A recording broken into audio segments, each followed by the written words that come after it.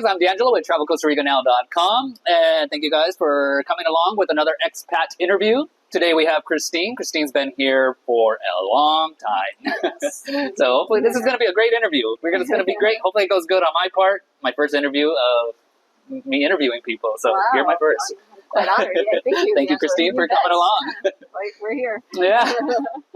So before I get to it, guys, Travel Costa Rica Now is a travel company.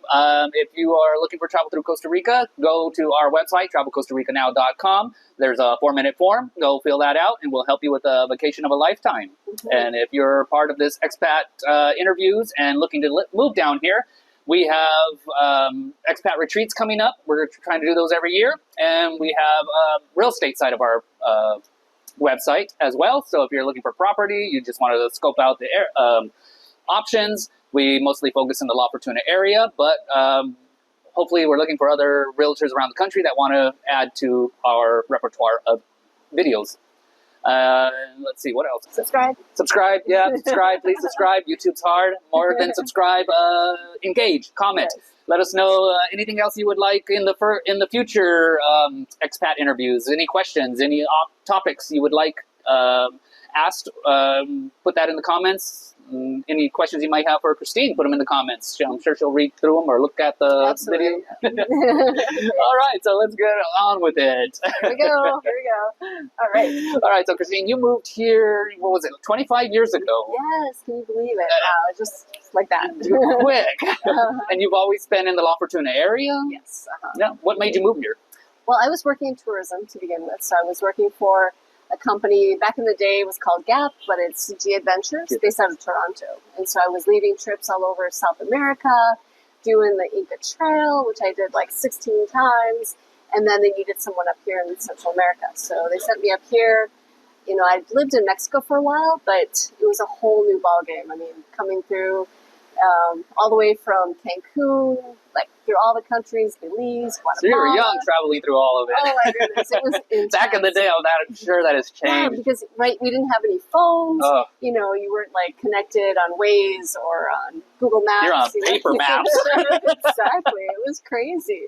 You know, and you know, even making reservations and things. I mean, you didn't have really an opportunity to look things online or to get on WhatsApp to communicate with people. So yeah, it was a challenge. Difficult. No phone. I mean, yeah. So you had like these plastic cards, and you'd have to run around to look for a public phone. You guys probably don't even know what that is, but I moved here 5 years after you, okay. and I think that's when I got my first smartphone. Was like maybe 4 years after I moved here, so there was no smartphones, nothing like that, no helpful internet as there is today. Exactly. So it was quite a Wild West time, and so when I got here in Central America, you know, I had taken my group down from Cancun and then like all through the countries, Guatemala, Nicaragua. And when they got to Costa Rica, of course, everybody wanted to go rafting. And so took the group rafting, and then we had a great time. And then I ended up, getting to know the owner of the company quite well. He asked me to marry him, and I was married, about 25 years ago. Wow. Yeah. So nice. Perfect. Yeah. Well, I remember like you guys, the company you started, it started with rafting, right? You said, and then it kind of blew up. It snowballed. It just kind of grew. So you did. I think when we met you, you were starting up your canyoneering, waterfall rappelling. Right, exactly. And that's an awesome tour. One of my favorite tours here in the area is the waterfall rappelling. Right, it's pretty amazing. And you guys do a great combo of a day combo of waterfall rappelling in the morning or in the afternoon, and then switch with rafting. Rafting, right, exactly. Yeah, so that was a great way to get started, and got to know a lot about the kind of the workings of here. And I think although my husband did get his foot in the door a little bit earlier, a couple of years earlier than I did, coming together, and I was able to get some investment from my parents. They helped out a great deal to help us buy a property in the downtown area right behind the church. Prime location. Exactly. And back in the day, nobody was selling property. Yeah. It was all very tight-knit community here. The town was super small. Yes, really small. I mean, they're just starting to build some of the bigger hotels, up by the volcano and things like that. I remember if you blinked, it was gone. The town, you passed through it. Right. That's so true. People would miss it. It was funny.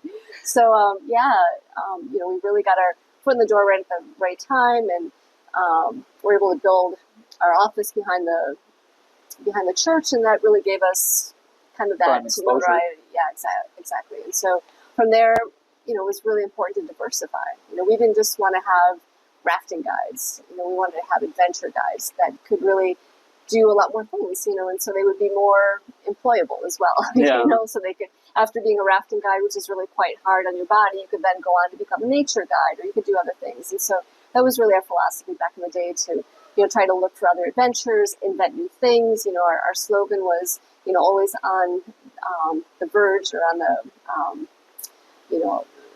always looking for new adventures. And so we were the first ones to do like stand-up paddling in the area, bringing on different bike routes that other companies were doing. And so, like I said, we're always trying to innovate and do new things. Yeah. Okay. Very nice. I remember I watched your company just grow and grow and grow at the time.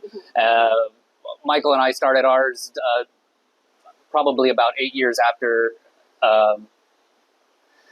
yours. Right. Well, I remember the early days, hanging out together in Rufino's. Yeah. I mean, our time goes way back. Yeah. It's crazy how time flies. Right, exactly. Unbelievable. It's already been 20 years for me. Yeah. It is crazy. Our part, Michael never wanted to grow big. Always wanted to stay small, just enough to pay the bills and to live comfortably and not be super overworked. Right. And it's hard to find that life balance. I can imagine your company. It's huge. You guys are now all over the country. Before the pandemic, it was a different thing. We had more offices and things like that. But the pandemic really made us kind of focus on the main core activities, like adventure. And unfortunately, just coming out of the pandemic, I had to ask for a divorce from my husband. And so I've kind of had to reinvent myself and try new things. And you and me both. Not a divorce, but you and me both. Yeah, exactly. Yeah. And so unfortunately, I'm kind of in that phase right now of the divorce, and it's been hard because my whole life was adventure tourism, and being the co-owner of one of the largest adventure companies in Central America, and we had a lot of notoriety internationally as well, because we won best adrenaline tour in the world by Get Your Guide. We had best tour operator for local economies, given out by Virgin Holidays. Yeah, it's okay. Hopefully, we got the mics. Hopefully, it's okay. That's midnight in the background. Yeah, exactly. So, so we, we really grew, and I think we tried to be a model company for other companies, and I'd say you guys did a really good job. Thank you. Yeah. So since then, I've had to kind of reinvent and move on, and so that's kind of where we've kind of reconnected again. And, so I have another company which is called Costa Rica Inspirations, and it's really based more on like wellness and nature tours. We have our own like really great nature guides. We do yoga, jungle yoga. Yeah, I took a class. It's nice because you are surrounded by the jungle sounds. You can hear right next to the river. You hear the river rushing through. It's nice. Yeah, so that's really our focus right now is, to do more of the wellness, nature things, not so much of the adventure stuff. But yeah, so it's been a whole process. So along with the Costa Rica Inspirations Project, also working on some real estate and relocation, helping with some Airbnbs and that kind of thing. So very nice. Those are all good fields right now. Exactly. Very good. Well, trying to be. Yeah. We've had a bit of a bumpy year or so, but hoping that 2026 is going to be better for sure. Exactly. So. Let me go back really quick to your beginning when you moved here. You said you were traveling throughout the different countries. Right. Mm-hmm. So what made you pick Costa Rica? Is that because of the husband met him, or was it other things that brought you to pick this country specifically? Well, that's a really good question, because when I was traveling, I had lived in Mexico before, and so I always thought that I would go back to Mexico eventually. After I had been living in Mexico for about 6 years, I was actually a television reporter with the company Televisa. We had started a project called Expansión Financiera, so I was like, on air, like doing this kind of stuff way back in the day, and reporting on financial issues around Mexico. And my beats were actually tourism, the aeronautics industry, and the automotriz, automotive industry. And so, that took me, all over the place, and it was it was very much an incredible experience. But then I had been in Canada for a while, in Montreal, working for the Commission for Environmental Cooperation, who were dealing with all the environmental issues among Mexico, Canada, the United States. So I still had a lot of opportunity to travel around Mexico and things like that. So you had a big travel bug in you at that young age.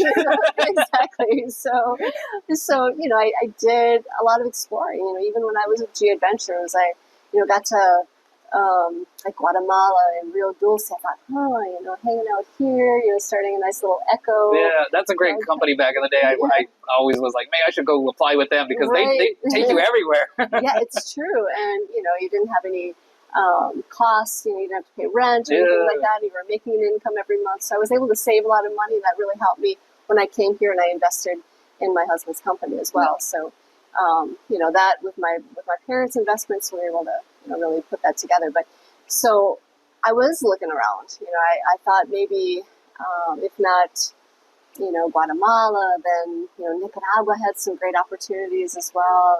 But geez, when I got here to Costa Rica, there's nothing compares. Yeah, nothing compares to the beauty here, especially the La Fortuna area. Exactly, yeah, and it was just up and coming, and I really did see a lot of potential and ways that I could help my husband build his company based on the experiences that I had had, and I think little by little we were able to grow and diversify, kind of like what you were saying, that it wasn't just rafting, and then did the rappelling in waterfalls, and really grew from there. So you're originally from Wisconsin? I am from Wisconsin. Yeah, little cheesehead. Yeah.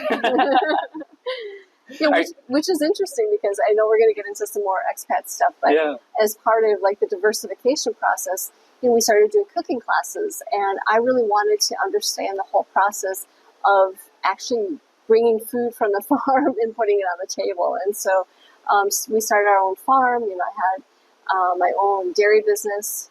It's called Rapsodia, and so we produced the first cuajadas, which cuajadas are these very, very fresh cheese, unpasteurized balls of cheese. It's kind of a feta kind of feel to it.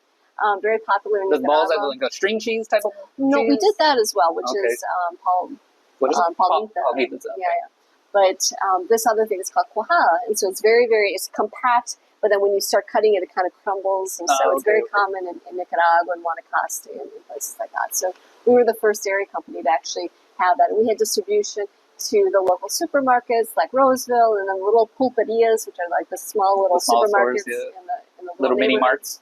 So we had our own route, and we would like drop off all of our cheeses. We had the fresh cheese, we had natilla, which is like a sour cream, and then we had the cuajadas. So you've expanded a lot then throughout the years. And it was great because then we would provide it for our clients who came and did our rafting and cannoning tours, and so they'd have a full lunch at our restaurant that was providing this food. And we had also yuca that I was growing, and some nyampi, these like interesting tubercular or root kind of thing. So so it was a whole adventure beyond the the adrenaline adventure.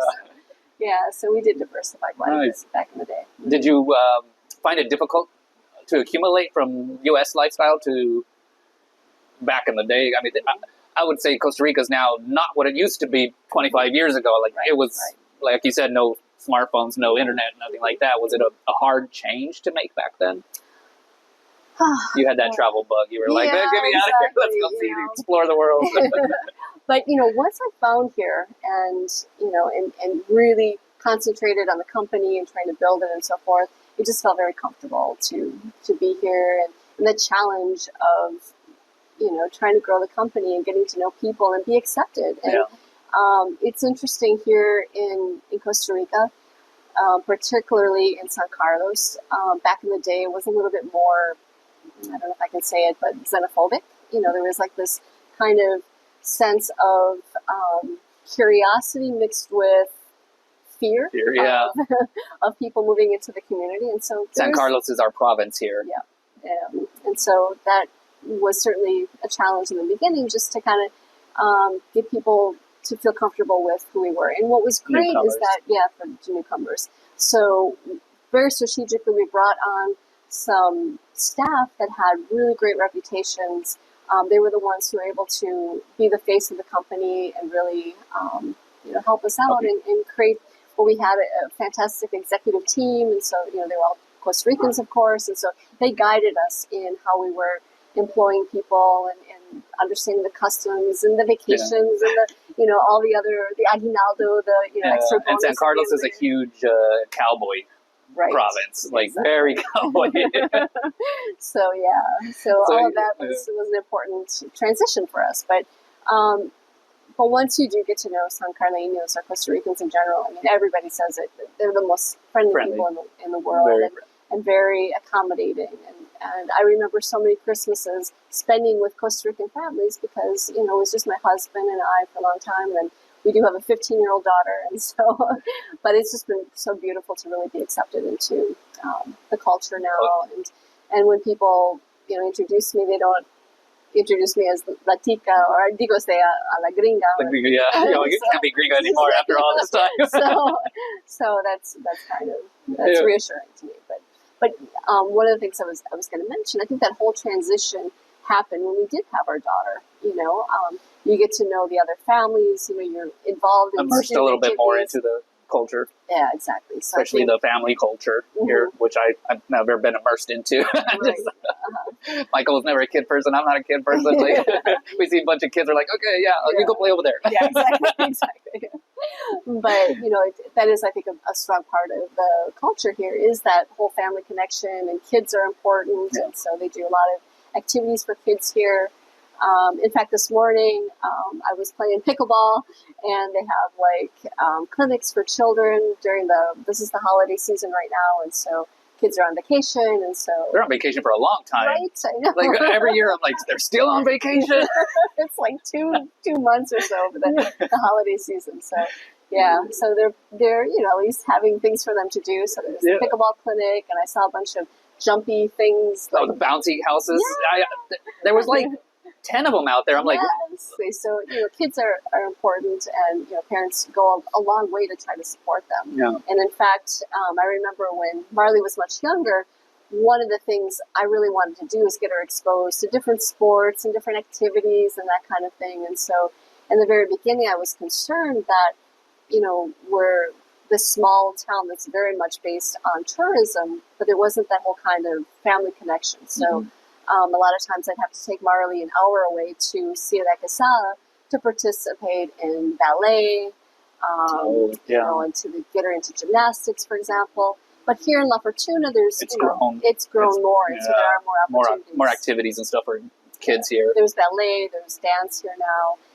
They also have triathlon, so Marley with her cute little running shorts, was doing the running, the biking, and the swimming, and so there's my neighbor has Virgil's now I think 17, so he grew up in the school system here as well, and he started in the school band, and the band here in La Fortuna band is huge, way bigger than I would have imagined. It is huge. They've got kids playing every instrument, dancing, twirling flags, and all kinds of things. They've gone international playing. They've gone to Festival of the Lights just this last week in San Jose. They've actually marched in Pasadena. And the Rose Parade. Yes, they've been to the Rose Bowl Parade. They were. I remember watching that. I don't know why. I don't really watch the Rose Bowl Parade, but last year I think I was watching it, and it said Costa Rica, La Fortuna band. I'm like, wait, what? Let me rewind that. It's pretty crazy. It is an amazing band, and I came from a band background also. Wanakee Warriors, shout out. The Marching Warriors.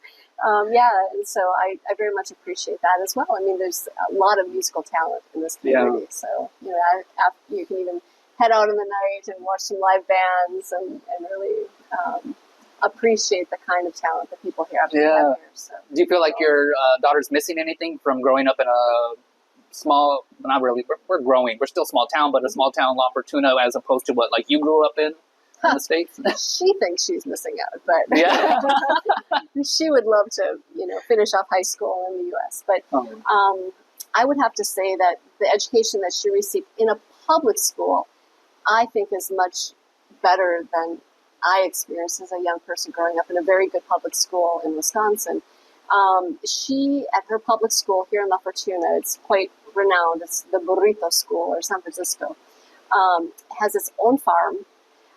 So she learned to, get out into the farm, pick up the eggs, clean up the caca, and pig pens and stuff, pig pens, and milk the cows. What's it called, husbandry or something? The animal husbandry, where you're taking care of the animals. Right, exactly. And what was cool is that, they would have to plant the things at certain geometrical measurements. Distance from everything, yeah. Exactly. So they'd have to go out there, they'd have to measure things. And then when it came time to do the harvesting, so they'd be out there, they'd be harvesting the beans, then drying them. The They whole also 9 had yards. tilapia. They'd have to package things, market them, go to the market here, the farmer's market, sell them, collect the money, then do the accounting. I mean, it's this huge thing. Yeah. And so definitely I feel she got an amazing, elementary school. That's good. That's all in elementary? All in elementary, yeah. What? Up until sixth grade. Up into sixth grade. And so then she went on to seventh grade, which they call high school here, or colegio. And what I found very interesting here is that it's much more competitive to get into the public school than into the private schools. Really? And so all the public schools require a really good high grade average. They have to take an exam to get into the different public schools. For high school. For high school. And the public high schools, a lot of them are bilingual, and so I think they require like a certain level of proficiency in English. And so even though Marley, my daughter, had a pretty good grade average and things like that, it was still very challenging for her to get into these different schools.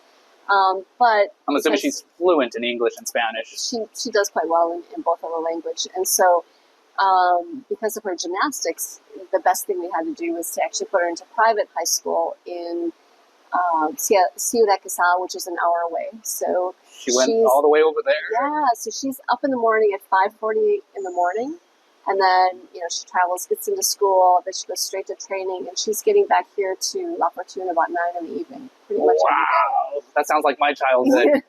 I did that in Tucson, so I woke up at 5:40 in the morning and caught a bus, took it halfway across town, switched buses and took it the next halfway across town, all in elementary and junior high. Was it like a magnet school? Yeah, it was a magnet school. So my bus hours were like 2 hours to school, 2 hours back. On my way back, I would fall asleep and miss my stop. I have to call my mom. You got to come pick me up way over here now. Oh my goodness. I hated it, but it was a better school. Right, exactly. So, but yeah, so kind of the difference between public and private is interesting. I think the private schools are a little bit more lax in terms of their educational requirements in some cases. I don't want to speak badly of any of them, but it's still a very good learning environment. There isn't that sense of bullying, I think, that you hear about so much right now among young people. Yeah. And they're a little bit more cautious about the use of cell phones and screen time and so forth in the classroom. That's good. So, yeah, I've had a very, very positive experience. And so, nice. And I was even at that point too when I was first like pregnant, and oh my goodness, having to think about school for Marley. Do I homeschool her? Is that an option here? They allow it. You do have to get some sort of certification from MEP, which is the Ministry of Education here. But yeah, there are some groups I've seen, and they have like internationally recognized packages or online packages that you can get that can be approved here. Okay. But I would very much recommend trying to get your child into more of a socialized environment with the local school systems. And it's good to mix them in with the rest of the community. Exactly. And don't be afraid of public schools here. Because, and who has time to homeschool? Right. Yeah. So, just being in a different culture and just being here, that's a huge amount of schooling right there. So, yeah. What about, we get a lot of questions on the channel of vaccinations. We get a lot of people that don't want to vaccinate and a lot of people that are all for it. Right. It's mandatory in the public schools, right? It is obligatory, yeah. And there have been cases also where they just give a vaccination without even Telling informing the parents that it's going to happen on such a day. So, if you are critical of that or concerned about that, just be aware. I had of a friend 15 years ago that didn't want to vaccinate his kids, and they tried to take his kids away from him. And he tried to fight it, and he ended up just leaving, going back to the States. Okay. He didn't want to vaccinate his kids 15 years ago. Right. Then this past COVID vaccination round, I had another friend that didn't want to vaccinate his kid. I think his kid was the only kid in the school that didn't get vaccinated. And Pani, the organization that looks out after kids, tried to take his kid. And it got very ugly. Like, it was a fight he put up. It got very ugly until finally at the end, they left him alone. Wow. Yeah. So that's something to consider here, for sure. Other than that, to talk a little bit about the health system here, it's something that kind of depends upon the situation, I would say. We're really lucky that we do have universal health care. So since I'm a business owner, I do have my staff on what we call a CAHA. So we have them on the CAHA, we have them on the universal health care system here.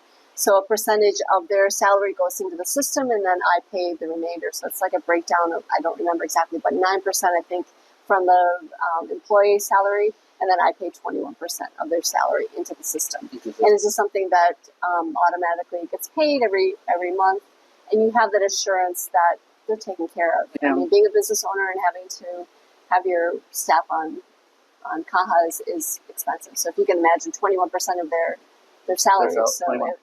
So if they're earning $1,000, for example, it's $210 that you're paying for monthly. Yeah. That's a lot, yeah. Because I was just trying to I only know expats coming down here that want to get into the CAHA, and their salaries can vary drastically depending on how they got their residency, whether it's pensionado or investor, or depending on the category, and then their age. Right. So I know expats that have started at like $45 a month for their CAHA, and then people like Michael, I think he was paying close to $400 at the beginning. So it varies. Exactly. It depends on the amount that you indicate to the CAHA that you want to be insured for. Okay. Yeah. So, but that's something that is a very personal decision. Yeah. What you say. But so that system I think is very important. It gives me a sense of relief that they're taken care of and their families are taken care of. And so, and there's also workers' compensation, which is through el INS. So riesgo de trabajo is what that is. And so we also have our employees on that. And that's really important, if they're, driving and, they get into an accident or stuff like that. You have a lot of drivers. Yeah. So it's important that you have those both insurances. And, the service, of course, everybody complains, whether you're in Canada or Europe, whatever, there's that sense of having to wait for services and, waiting in long lines and at the public clinics and public hospitals. But lines. Thank goodness for phones now. When you're sitting in a line, just let's watch a video or play a game. Or Exactly. Keep yourself busy or working along the way. But so that can be very challenging. But we do have a good private system as well. Here in La Fortuna, we have a few different private clinics. Some are better than others. But, And then we just had a huge one open up, the big clinic. Oh, right. The Metro. Oh, you mean the one here in Fortuna? Yeah, by the gas station. That one's a pretty big clinic. I've already been there twice with my roommate. Oh, really? Okay. Is it nice? I haven't been there. I only been to the entrance room there. Yeah, so I haven't seen the rest of it. He walked into a glass door and got glass cut through his leg and everything. And oh, goodness. Yeah, it was not good. And then the other time he was just super sick and had to go. But do you feel he got good? So there at the clinic, no, because it's more of a clinic. It's not a hospital, so they just kind of check you and make sure everything's okay. But if you need anything more drastic, they send you to Ciudad Quesada, to the hospital over there. Okay. And so like when he got glass in his leg, all they could do because it was glass, is pretty much stick their finger in his hole and move around and feel for glass and pull it out. He said it was the most painful experience he's ever gone through. And then the doctor, the nurse there, whoever worked on him was like, well, I'm not sure if we got it all out. You should go to the emergency room and see if they can give you an x-ray and see if there's any more glass in there. Sure. And so we're like, okay, that's an hour away. Let's go. And the emergency room's going to be forever. We get there and that doctor's like, why'd they send you? You can't x-ray glass. And I'm like, I should have known that. But he got another finger stuck in there and moved around. He was not happy. Yeah. Well, there's another example of the kind of care that you can get here. But, you know, I've had overall very positive care here. I had dengue, and that's not it was fun. very severe. I had very low plaquetas, or white blood cells, I think, Blood platelets. Blood cells, platelets. So I was sent... Dengue is a mosquito bite. Mosquito carries around a dengue virus, which can be a very painful, like bone, muscle hurting. Yeah, exactly. All of that. Yeah. But, you know, thank goodness it doesn't happen very often. I mean, this was rare. Like a bit of a problem that we had in the community because years ago. It was quite a few years ago. And they have a lot of systems right now to curtail those kind of problems. In my 20 years, I've only known one other person in the area that's got it. And so, it's not usually when you think of like malaria and things like that. Malaria actually comes from dirty water, and then the mosquitoes becoming infected because of the dirty water. Dengue is more from running water, and it's not because it's dirty water. Yeah. So anyway, the city goes around every month and checks properties. Right. I get them coming to my door every month and knocking on the door. Okay, we got to come inspect your property, looking for any recipients, distilled water. Yeah, exactly. Yeah, so that was kind of a one-off, and unfortunately happened to me. But the care that I received, I was at Clínica Bíblica, and it was very, very super modern, great service. Bíblica is one of the bigger hospitals in the San Jose area. Exactly. Oh, and since we're on the whole healthcare thing, I have to say that my daughter is the product of in vitro, and so we did that back in the day when it was actually illegal. 15 years ago, illegal. It was illegal in Costa Rica. It was only illegal in two places in the world, in the Vatican and Costa Rica. Oh my goodness! Right? Serious? Exactly. So it kind of tells you a little bit about kind of the Catholic culture here and so forth. Very religious upbringing here. Yeah, and so it is now permitted, but back in the day we had to go to a Panamanian doctor who was located in SEMA, which is another one of the really nice big hospitals here. And he would do the whole procedure. You know, I had to have a lot of injections. One of the injections was actually a hormone that was distilled from nuns from England. This is a crazy thing, right? Was it a placebo hormone? I don't know, but anyway, it was like this intense, like oil-based kind of hormone thing, and it was quite difficult to. I met a hotel owner in Granada, Nicaragua, selling condoms blessed by nuns, and he was making a fortune. Interesting, little holy water. Yeah.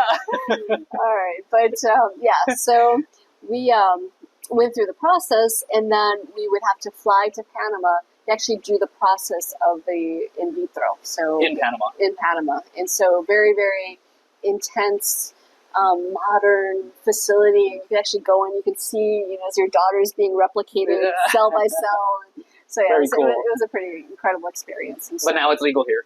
It is legal here now. And I think part of the issue was that a lot of the drugs that you need to have for the injections and so forth are quite expensive, and so it was hard, I think, for the system, the universal healthcare system, to be able to accommodate those kind of additional costs. But now I think they have a better in the system. It's working out, and you know, I really feel fortunate, incredibly blessed that I have my daughter. So. I know, 15 already. It seems like you just had her the other day. Right. Now she's 15 and still growing. But but overall, you know, the healthcare system, the education system, you know, a lot of people ask me, you know, do you miss the U.S. or do you wish that you would have raised your daughter in the U.S. and definitely it's a hard no. Yeah, don't miss it. Not at all. What I do miss are Fig Newtons. Fig Newtons. Yeah, I remember that from 20 years ago. You saying that? I remember It's that. the only thing I miss, really. Yeah, So, I totally remember that. so, but yeah, just feel really, really privileged to live here. So it's a great place to. And the school system here is kind of like the hospital system here. It's kind of free for education for the kids to an extent. Right. Is it expensive to keep a kid in a school system here? Like the public school, like you said, public school is paid for by taxpayer money, and so since we don't have a military, some of that money can be, redistributed into public projects, and so one of them is the education system, and so there's, I would say, good public schools because of that reason. There's little things that you have to pay, the uniforms, which is very cool that they use uniforms, so you don't have to think about trying to, buy a whole wardrobe for a child that grows out it for the next year. So that's been great. So just one uniform, couple shoes. They have to buy the fancy notebooks now, and they have a list of things that they have to buy each year. I remember my friends' kids were at the beginning of the school year. Then the teacher gives them a list of just things they can bring to the class and donate to the school, and exactly. It wasn't a lot, but it was just a bunch of different things. Right. You can, I think last year I spent over 200, and so just on notebooks and things like that. It can be $200 US, so it was quite expensive. But in terms of like going to a private high school, it very much ranges from maybe $400 US a month to $800 a month. I mean, it can be some of the more wealthier high schools in San Jose, I think, are quite expensive. It's a little bit more reasonable here, but and then in addition to that, you have to pay for transportation, and they're always asking for a lot of different things that they need for projects that they're doing. If they're doing like a science project or an art project, or so there's always something. Additional costs for that. Yeah. Well, that's cool. Trying to think of anything else I have on my questionnaires here for you. I think we hit almost all of them. So if anybody wants to relocate here, you've got the expert right here. Second expert here. So good team. So, you've actually, like myself, we've traveled around the country extensively. You've seen lots of different parts of the country. Right. Would you say, for whatever reason, La Fortuna, would there be a second option, or was La Fortuna always the option and you didn't really think of another area? I am so in love with Playa Samara. Samara, okay, I hear that a lot. So I've only been there once. You have to go back. So in Marley's early years, we did spend quite a bit of time in Carrillo, which is the beach right next to Playa Samara. Just the environment, it's still very much owned by a lot of local Costa Ricans, which I think adds to the nice local flavor. The beach is beautiful. It doesn't have like undertows or crazy currents, and so it's great for families. So if anybody's interested in warmer weather, drier weather. Yes, exactly. And the roads aren't necessarily paved all the way up. Are they now? They are now. They are now? Milsad isn't quite as nice, which is, in terms of their roadways, which is right next to Samara, but Samara and Carrillo do have nice paved roads. So. Is it a bigger town now, or is it about La Fortuna size? Not as big as La Fortuna. Not as big? No. Okay, still kind of small. It does have a nice downtown area with a good mix of restaurants and cafes and tour operators and hotels. And so, it's a cute little place. So definitely, that would be second for you. Yeah. All right. How about you? I've always loved La Fortuna. Michael and I were not beach people. Like, if I go to the beach, neither one of us would go swimming in it. We'd get like ankle deep, and that's it. So we never was like, let's go live at the beach. No, it was never a thing for us. But now that I've been here so long, I always throw this option out there. Like, okay, if I left La Fortuna, where would I go? Mm-hmm. But I love the Puerto Viejo area. Oh, that's beautiful. It isn't as built up as it was when I was visiting before. I've been there numerous times to Puerto Viejo area, but now it's definitely grown quite a lot. Right. I love that area, the Uvita, Dominical area. It's beautiful. Mm-hmm. I do love the seclusion, the wilderness, so maybe Osa Peninsula and just get away from everybody. Exactly. Did you find any problems with, like, I know it's a big topic now with gentrification and expats wanting to move here. Costa Ricans are a little bit being a little bit more vocal about that. Right. Did you feel any in 25 years, any of that your way? I think we missed that wave of it because we've been here for so long. We've kind of grown with the community, but yeah, I've seen that in some cases. But it's still amazing to me how helpful Costa Ricans are, and there are people interested. I mean, local Costa Ricans who are trying to sell their properties. First thing they're like, "Oh, you're American, or you're gringa. I'm sure you can find another gringo to come here to live or buy my property." Yeah, I get that a lot. Exactly. So it's like we're the first people they go and ask before they try to put it on the market for locals. Right, exactly.